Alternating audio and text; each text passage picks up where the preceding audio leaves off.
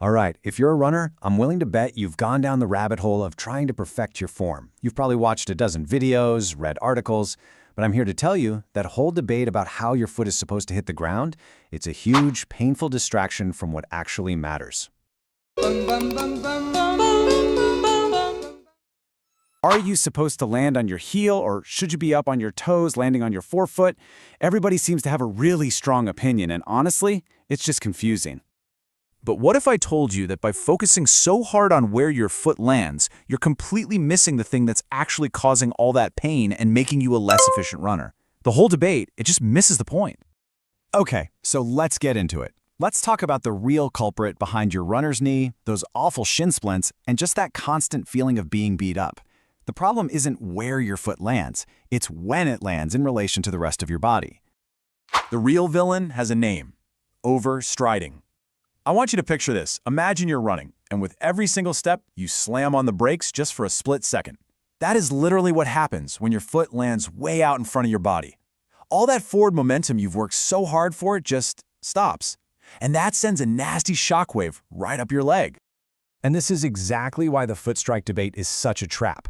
Let's say you're a heel striker who overstrides. Well, you're just making those braking forces even worse. So what do? You try switching to a forefoot strike. But if you're still overstriding, you haven't solved the problem.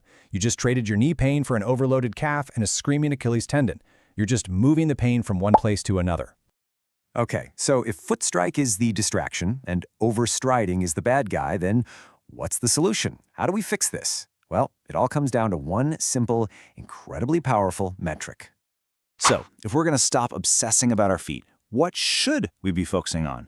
What's the actual key to unlocking a stride that feels efficient, smooth, and maybe, just maybe, pain-free? It's your cadence. You might also hear it called your stride rate. All it means is how many steps you take per minute. And I'm telling you, this single number is a total game changer. Now, for most runners, especially the pros, the sweet spot, the gold standard, is somewhere between 170 and 180 steps per minute. And there's a good reason for this. It's not just some random number. It's all about biomechanics. So why does this work so well? It's really just simple physics. When you're taking more steps per minute, you physically don't have enough time to reach your foot way out in front of you. It pretty much forces your foot to land directly underneath your body, right under your center of gravity. And when that happens, boom! You've killed overstriding, you've gotten rid of that braking effect, and you've massively reduced the impact on your joints. Okay, that all sounds great in theory, but how do you actually do it? Let's make this practical. I've got two incredibly simple things you can start doing on your very next run that will make a huge difference. First up, the Metronome Test. Your running watch can probably track your cadence, but if not, just count your steps for 30 seconds and double it. Got your number? Great. Now find a free metronome app on your phone, set it to about 5% higher than your current number, and just run to the beat. The second piece is all in your head. You have to change your mental cue. Stop thinking reach forward. Instead, think pick up your feet quickly. Think light, quick, little steps. This right here, this is your new mantra. Every time you're out running, just let this phrase repeat in your head. The goal isn't to reach further, it's to keep your feet landing right underneath you. That's where all the magic happens. That's where efficiency lives. So now I'm going to throw down a challenge. Because you shouldn't just take my word for it, I want you to try a simple 2-week experiment and feel the difference for yourself. And this is why we're doing it. This is the payoff. Look at this chart. That tall bar on the left, that's the huge braking force from a low cadence overstriding step. That little bar on the right, that's what happens when you increase your cadence.